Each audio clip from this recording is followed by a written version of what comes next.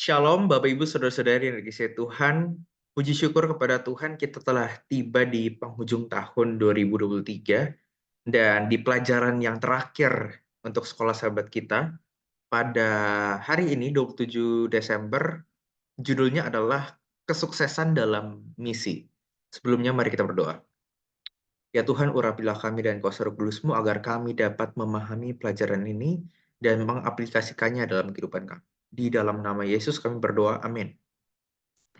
Bapak Ibu Saudara-saudara sekalian, apa yang dimaksud kesuksesan dalam sebuah misi ya?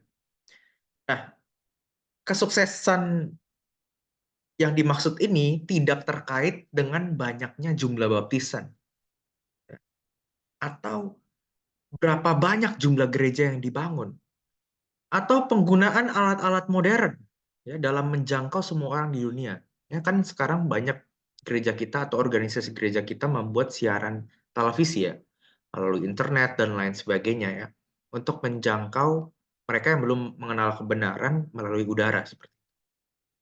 Nah, tapi pelajaran sekolah sahabat kita menekankan bukan tentang hal-hal ini, tetapi kesuksesan misi Tuhan adalah pada proses pertumbuhan ya daripada murid-murid yang hendak dijangkau ini ya atau pada saat pemuridan. Seperti yang Paulus pernah katakan dalam 1 Korintus 3 yang ke-6. Paulus atau aku menanam, Apolos menyiram, tetapi Allah yang memberikan pertumbuhan itu.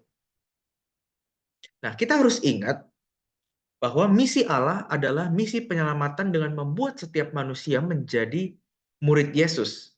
Murid Yesus yang seperti apa? Yang loyal, yang setia, yang terlibat dalam misinya.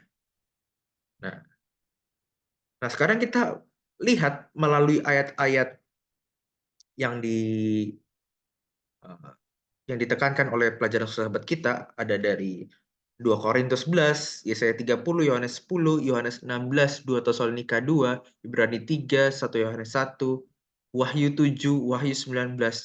Kita mendapati ada beberapa karakter daripada pengikut Kristus, yaitu memiliki kehidupan yang murni. Dia adalah orang yang setia kepada Yesus seperti seorang pengantin suci kepada tunangannya. Nanti kita akan bahas ini. Kemudian mengikuti Yesus ketika dia menuntun dengan suara yang lembut melalui Roh Kudus. Dia tidak ada tipu daya dalam dirinya.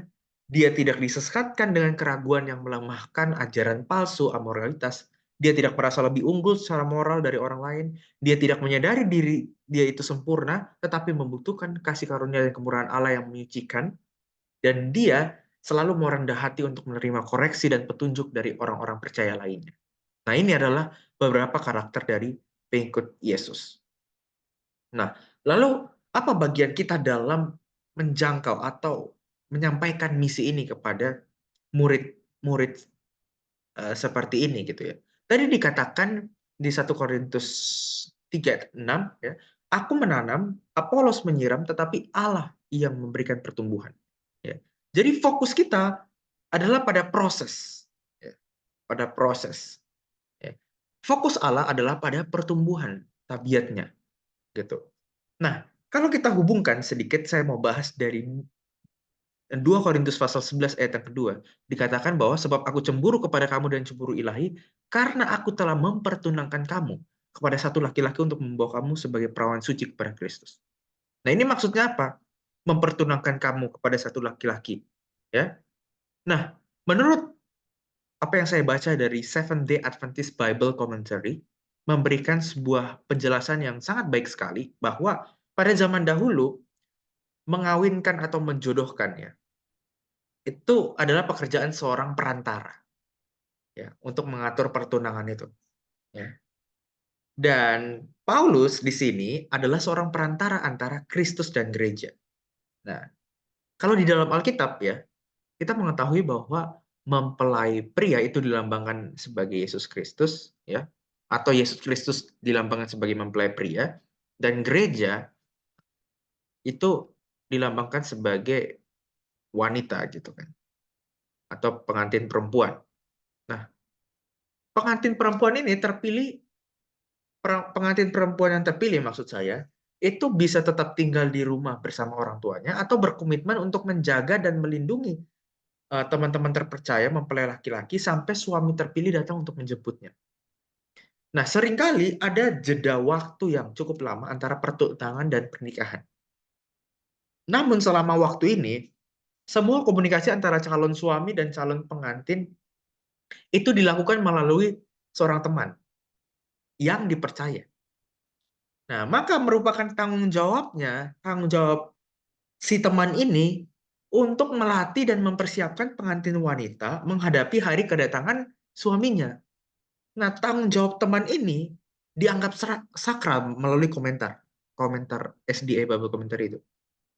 Bahkan dikatakan ketidaksetiaan di pihak mempelai wanita itu terkadang dapat dihukum mati. Ya. Wanita yang sudah siap itu ya, yang sudah terpilih, itu bisa dihukum mati. Nah, luar biasa ya. Nah, di sini Kristus adalah mempelai laki-laki. Gereja Korintus pada waktu dikatakan di sini itu adalah mempelai wanita pilihan.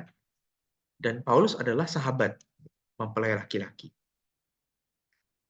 Nah, Paulus itu dia menegosiasikan pertunangan orang-orang percaya di Korintus dengan Kristus. Ya. Dan dia sangat ingin agar gereja Korintus itu tetap murni dan tidak tercemar. Jadi ini pesannya bagi kita ya, seperti Paulus, dia hanya menjadi sebuah perantara saja.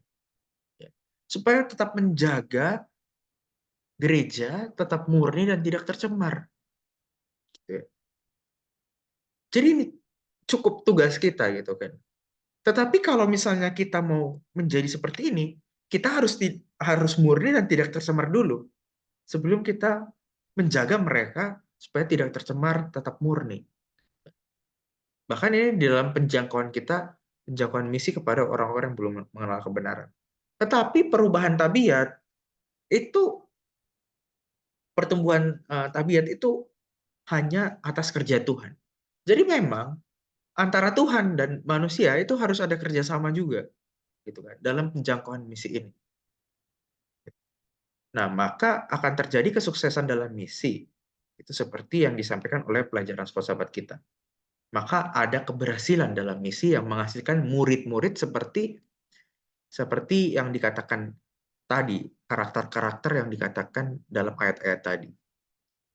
Nah, biarlah pelajaran ini memberikan sebuah pemahaman yang baik buat kita semua. Terima kasih, selamat tahun baru, Tuhan Yesus memberkati. Amin.